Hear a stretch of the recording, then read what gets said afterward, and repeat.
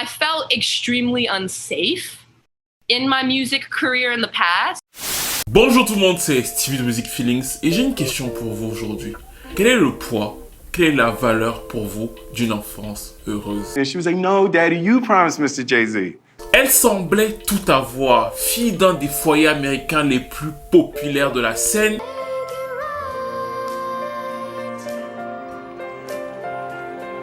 Willow Smith a séduit l'Amérique dès ses 5 ans, ce petit bout de chou incroyablement mignonne, incroyablement intelligente, incroyablement dynamique sur le canapé d'Oprah. Did you think he did a good job? Yeah. Yeah. Yeah. I felt really like I felt like the movie was connected to me. Du coup, dès qu'elle a eu 9 ans, la famille a mis en place une artillerie lourde. Are you ready to whip your hair? On l'a fait signer chez Jay-Z, elle est entrée en studio avec les plus gros producteurs de la planète et elle a sorti le fameux Whip My Hair qui d'une certaine façon a marqué son époque. C'était la première fois depuis Michael Jackson et Stevie Wonder qu'une aussi petite fille se classait aussi haut dans les charts américains. Tout le monde s'attendait à ce que Willow fasse une grande carrière et devienne une des pop stars les plus en vue de sa génération. Quand dans cette voie-là, tout s'est arrêté brutalement, violemment. Et ça a complètement changé la dynamique même de sa propre famille et remis en cause d'une certaine façon la manière dont nous voyons souvent ces célébrités intouchables, super belles, super riches. Et pourtant, quelque part aussi, comme nous, très fragiles. On va donc revenir sur la carrière de Willow Smith. Comment elle est passée cette petite fille qui débordait d'énergie à l'adolescente un peu rebelle et qui paraissait un peu barjot à certains, pour finir par devenir une sorte de punkeuse en 2021.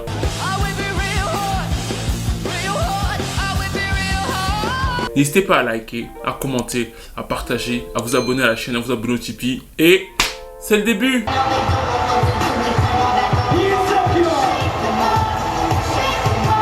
Nous sommes en 2011, en plein milieu de la tournée de Justin Bieber.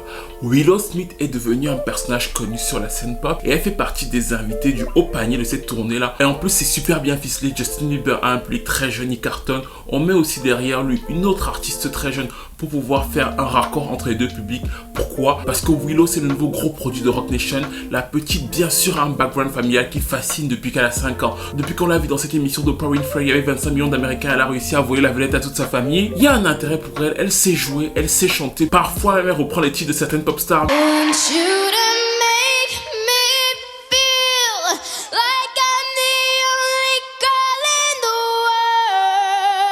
Le public est attiré par ce petit ovni, connaissent bien la famille, elle a l'air sympathique, il y a un talent derrière et on attend de voir ce que ça va donner. Sauf qu'à ce moment précis, en plein milieu de cette tournée, la petite Willow, qui a une certaine maturité malgré tout pour son âge, se rend justement compte qu'elle a trop de pression. Bien sûr, elle est arrivée sur la scène avec le fameux Whip My Hair, il y a eu tout un engouement. Jay-Z l'a présenté à la radio comme étant la future Michael Jackson et la future Stevie Wonder, donc il y avait un vrai aval. No, I don't want to go so far, but I can imagine that's how Mike was as a young kid. Like he knew exactly what he wanted, you know? Son père lui-même, qui était un adolescent superstar, était hyper fier d'elle, de la voir prendre la relève dans la musique. En plus de la voir prendre la relève dans la musique, au point il avait déjà annoncé qu'elle ferait une reprise de son propre tube à lui, Parents Just Don't Understand. C'est d'ailleurs très intéressant parce que le titre est évocateur en fait. Les parents ne comprennent juste pas. Lui il était très fier de savoir que Willow allait reprendre cette chanson-là, sauf qu'il n'avait pas compris une chose. Dans cette nouvelle histoire, il était le parent. À l'époque, il était le petit rebelle et tout et tout et tout. Là, il était devenu le parent et justement petit à petit, la vie va reprendre ses droits. Donc, les rôles vont s'inverser. Willow, après le succès de Whip My Hair, est impressionnante. Pour ceux qui ne l'ont jamais vu à l'interview, je vous conseille d'aller la voir parce que c'est rare, moi j'ai jamais vu ça, une petite fille aussi structurée mentalement en fait. Elle sait répondre, elle sait parler, elle sait s'exprimer. Elle a un vrai media training plus que plein de superstars hyper connus en fait. Elle sait jouer avec la caméra, elle sait faire des blagues et tu te dis mais c'est qui ce petit bout de chou? 50% work and like 102% fun. Fun. 102% fun. Now, how do you handle the fame thing? Because now, as you notice, everywhere you go, people are taking your pictures. Has that ever been a problem for you? Sometimes I take this from my mom, but like I just want to be like alone. Mm-hmm. This is like alone. Yes. Yes. Donc on l'amène partout. Sauf que après le succès de la première chanson, les autres titres qui vont sortir, notamment cette chanson-ci, ou encore ce titre-ci avec Nicki Minaj,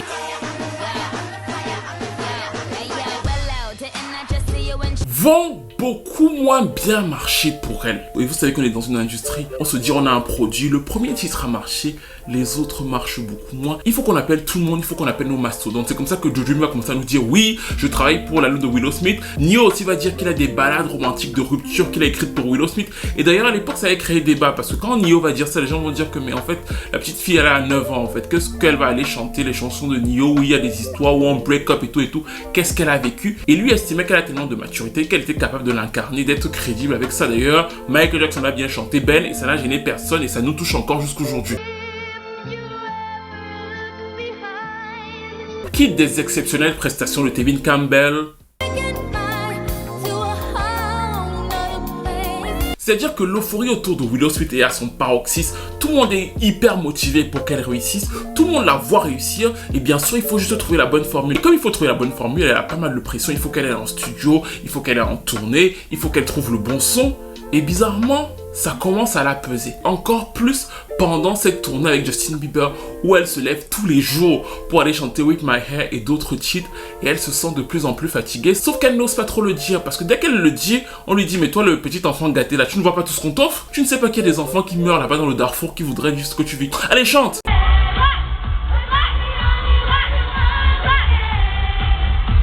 Ce que je sais que beaucoup d'entre vous doivent certainement penser, et lui aurait certainement dit à la même époque.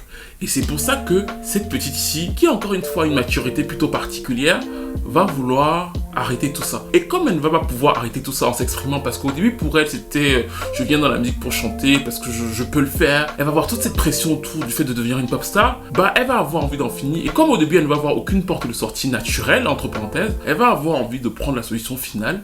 Et donc, avec tout le succès mondial, avec tout le monde qui parlait d'elle, pour ceux qui l'ont vécu à l'époque, bah, Willow Smith va avoir envie de se suicider. Cutting yourself where? On my wrist. I mean, you can't even see it, but like, there's still a little something there, but like, totally lost my sanity for... Elle va commencer par se taillader les veines, et le plus bizarre, c'est que malgré tout ce qu'il y avait autour d'elle, tous ces gens-là, ils étaient tellement omnibulés par le succès qu'elle était censée avoir, la superstar qu'elle était censée devenir, qu'on ne va pas repérer que la petite fille-là est en train d'avoir des marques. Et quand au milieu de cette tournée-là, elle ne va vraiment plus pouvoir y arriver, elle va aller voir son père et lui dire « Papa, je veux tout arrêter ». Sauf que, encore une fois, à l'époque, Will Smith était le rebelle. Là maintenant, il est le parent. Donc elle lui dit « Mais tu vas arrêter quoi ? Il faut que tu continues. » Et il va être un peu plus dur en se disant « Non, elle fait un caprice. Elle est censée avoir une carrière. Donc je vais la pousser un peu plus pour qu'elle y aille. » Et la petite Willow va entrer en fight avec son propre père. Quand ils vont finalement donc se rendre compte familialement qu'on en était au point où Willow était prête à mourir, ça va être le clap de fin. Mais ce clap de fin va avoir une onde de choc particulière, notamment pour Will Smith, parce qu'il ne l'avait pas vu venir et que, bien sûr, comme je vous l'ai dit, il se comportait comme un parent en lui disant « tu vas faire ceci et tu vas faire cela ». Et Willow va lui faire subir une violence qu'il va appeler plus tard une leçon. C'est qu'elle va identifier l'objet de son oppression. Et à l'époque, comme la chanson s'appelait « Whip My Hair » et qu'elle avait des cheveux, Morning, she shaved her head balls in the middle of her Whip My Hair tour.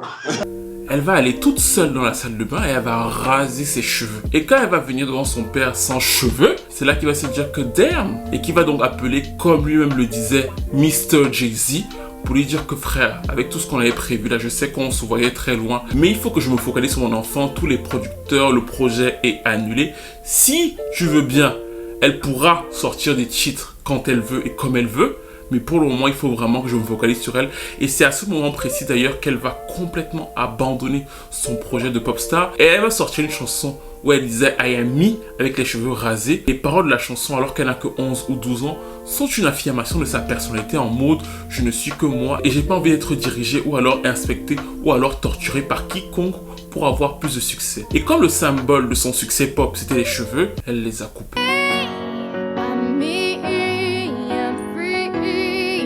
Depuis puis la petite Willow que beaucoup avaient vu grandir est devenue une fille absolument bizarre, chelou. Les enfants de Will Smith là sont toujours bizarres. On pensait que Willow Smith, elle était au moins différente, mais elle est vraiment chelou et bizarre. Pourquoi? Parce qu'elle s'est éloignée du schéma dans lequel tout le monde l'attendait. C'est-à-dire que tout le monde voulait qu'elle soit cette petite pop star sucrée, qu'elle ait concurrencé les Rihanna ou Beyoncé plus tard. Et elle est devenue une fille un peu vaporeuse dans un univers souvent indépendant, à continuer à faire de la musique, mais des trucs qui s'éloignaient totalement du mainstream, à faire pas mal de recherches artistiques, qui s'éloignaient à chaque fois du créneau qui lui semblait promis, beaucoup plus aisé, où tout le monde allait la suivre. Et ça, en fait, ce n'était pas de façon innocente. Pourquoi? Parce que son contrat chez Roc Nation est resté, savoir que c'était toujours Jay-Z qui produisait, mais Will Smith avait demandé à ce qu'elle ait carte blanche pour sortir tout ce qu'elle veut sortir, comme elle veut le sortir, quand elle voudrait le sortir. Et donc, elle a pris le parti pris de fuir tout le système pop là, qui ressemble à celui de Britney Spears, ou alors de Brandy, ou alors de B2K, de toutes ces baby stars là, même de Michael Jackson. Elle a pris le parti de fuir ça pour essayer de s'épanouir, toujours musicalement, parce qu'elle est vraiment passionnée par la musique, mais vers des trucs beaucoup plus spé ou alors alternatifs. Et d'ailleurs, l'autre fois où elle va avoir un petit succès, c'était sur la chanson Wait a Minute en 2015.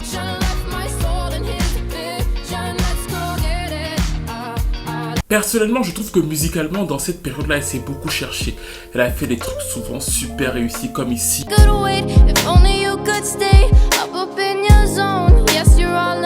Ou alors des trucs beaucoup plus inégaux comme son second album. Mais son symbole de rébellion pendant cette période, c'était le fait de ne plus avoir les cheveux. C'est-à-dire qu'elle avait tellement identifié sa période d'esclavagisme musical pop là, comme étant la période où on lui forçait à avoir une certaine coupe de cheveux pour pouvoir chanter Whip My Hair, que dès qu'elle a pu faire ses propres choix, elle a démoli ça d'elle-même. Et là, elle est revenue avec un album complètement punk, lancé par ce single-ci.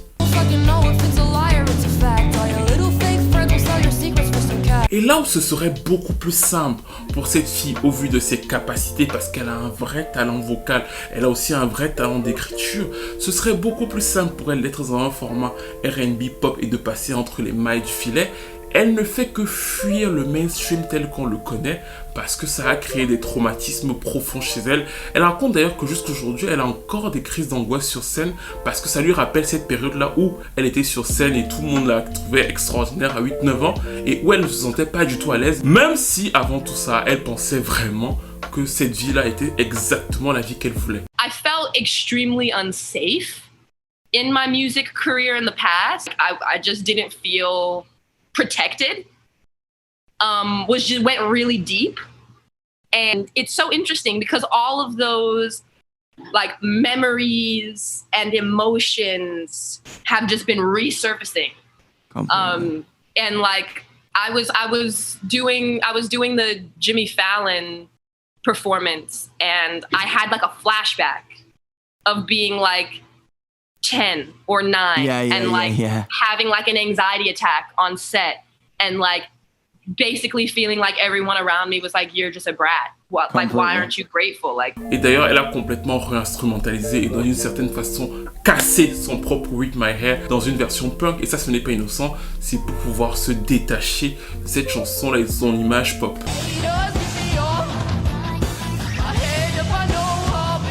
Alors, je ne suis pas fan de son dernier album musicalement parce que je n'en suis pas la cible. Mais j'ai beaucoup de sympathie pour sa manière de voir les choses et je l'écoute parfois en interview parce que je trouve que sur certains sujets, hormis quand elle est dans son Rebel Talk avec sa mère, là bon, c'est encore autre chose, mais sur certains sujets de la vie, elle a beaucoup de recul sur sa manière de voir les choses et de s'exprimer. Et son histoire, en réalité, est symptomatique. Pourquoi ? Parce que nous tous, nous pensons toujours que le fait d'avoir beaucoup de succès, mais ça je l'ai expliqué dans plein de vidéos, que pour plein d'artistes, ça peut être hyper compliqué à gérer selon comment tu le vis. Et j'avais surtout pris le cas des baby stars, parce que je pense que toutes les baby stars de l'industrie, je dis bien toutes, ont des stigmas du fait d'avoir été baby star. Et je vous ai expliqué à plusieurs reprises que même dans l'optique d'une immense carrière, c'est très compliqué parce que tu grandis dans les yeux du public. Et ce que tu étais à 8 ans n'est pas forcément la personne que tu seras à 18 ans. Nous tous, rappelez-vous de les personnes que vous étiez à 8 ans. Ou 9 ans. Voyez-vous à 19 ans, voyez-vous à 29 ans, c'est très compliqué de grandir comme ça dans les yeux du public. Pourquoi ? Parce que le public attend déjà quelque chose de toi, alors que toi-même, tu ne sais pas encore qui tu es en fait. Et l'histoire de Willow l'exprime très bien. Parce qu'effectivement, elle voulait chanter, elle pensait vouloir devenir une superstar et elle avait les capacités pour le devenir et la porte ouverte pour l'être. Sauf que quand elle est entrée dans le schéma des pop stars et que le single ne marche pas, il faut recommencer ceci, il faut recommencer cela, il faut recommencer ceci, il faut contacter tel producteur, elle a compris que cette pression-là n'était pas la pression avec laquelle elle voulait faire de la musique. Sauf que c'était hyper difficile de les faire comprendre à son père, à sa mère un peu moins, sa mère était plus compréhensible, mais à tout le milieu artistique parce que les gens la traitaient de petite fille gâtée. Alors qu'en réalité, c'était juste une petite fille de 9 ans qui n'était pas totalement dans son élément. Mais dans son malheur, je ne sais pas si vous êtes d'accord avec moi, je trouve toujours qu'elle a une immense chance. C'est-à-dire que sa chance à elle, c'est que malgré tout, elle s'appelle Willow Smith. Et qu'au moment où ses parents se sont rendus compte que, bon, ça ne va pas le faire pour elle, ils l'ont retirée et elle a pu faire de la musique comme elle veut le faire, quand elle veut le faire. Mais maintenant qu'on a vu ça pour elle, imaginez le courage des autres. Parce que les autres enfants stars, là, qui eux sont arrivés dans l'industrie sans avoir des parents super riches et qui étaient obligés donc de fait de composer avec toutes les matrices de l'industrie, mais eux il faut les respecter. Beaucoup de gens dans le cas de Michael Jackson sont toujours en train de tomber sur la tête de Joe Jackson, mais la vérité c'est que Joe Jackson n'aurait pas traumatisé et prostitué à l'industrie du disque son enfant comme il l'a fait, vous n'auriez jamais eu de Michael Jackson en fait. C'est-à-dire que c'est la cause à effet qui a amené ça. C'est-à-dire que nous sommes nous-mêmes co-responsables d'une certaine façon de ce que Joe Jackson a fait à son enfant. Alors ça a donné la plus grande pop star de tous les temps, on est d'accord, mais quelque part ça a donné cet être humain-là qui était profondément brisé. I wasn't aware that the world thought I was so weird and bizarre. But when you grow up as I did in front of 100 million people since the age of 5, you're automatically different. Alors je sais que vous allez me dire que tout le monde ne vit pas les choses pareilles. Vous auriez adoré être à la place de Willow Smith. Vous auriez eu Bohème fois 1000. Vous auriez pris les dollars et tout. Peut-être que ça aurait plu à d'autres personnes.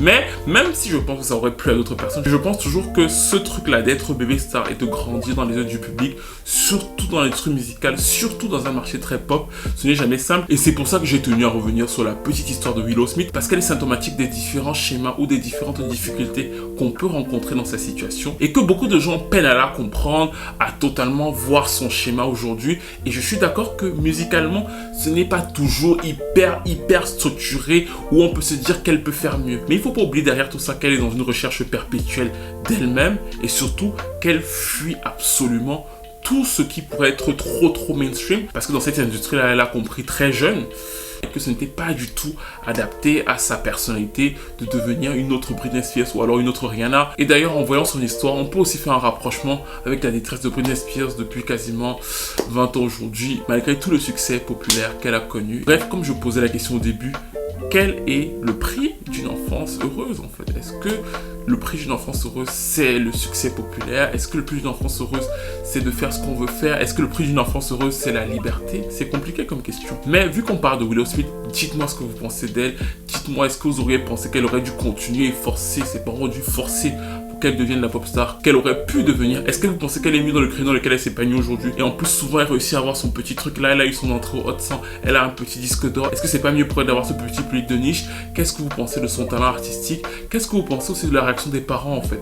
Du fait qu'au début, Will Smith, même s'il était le rebelle de son époque, là devient le parent et est beaucoup plus dur avec sa fille jusqu'au moment où il comprend, grâce à la tondeuse et la tentative de suicide, que ça va pas le faire en fait. Il faudra la récupérer. Et d'ailleurs après ça, il va expliquer que pendant je crois 1 ou 2 ans, il va prendre beaucoup moins de rôles à Hollywood pour pouvoir vraiment être dans sa famille et s'occuper notamment de cette petite fille qui a très mal vécu son entrée sur la scène, alors que nous, quand on la regardait, on se disait putain, elle a tout la petite. C'est le paradoxe de la vie. N'hésitez pas à me donner toutes vos impressions sur cette vidéo, toutes vos impressions sur la carrière de Willow Smith. N'hésitez pas à liker, à commenter, à partager. Et je vous retrouve très vite pour une nouvelle vidéo.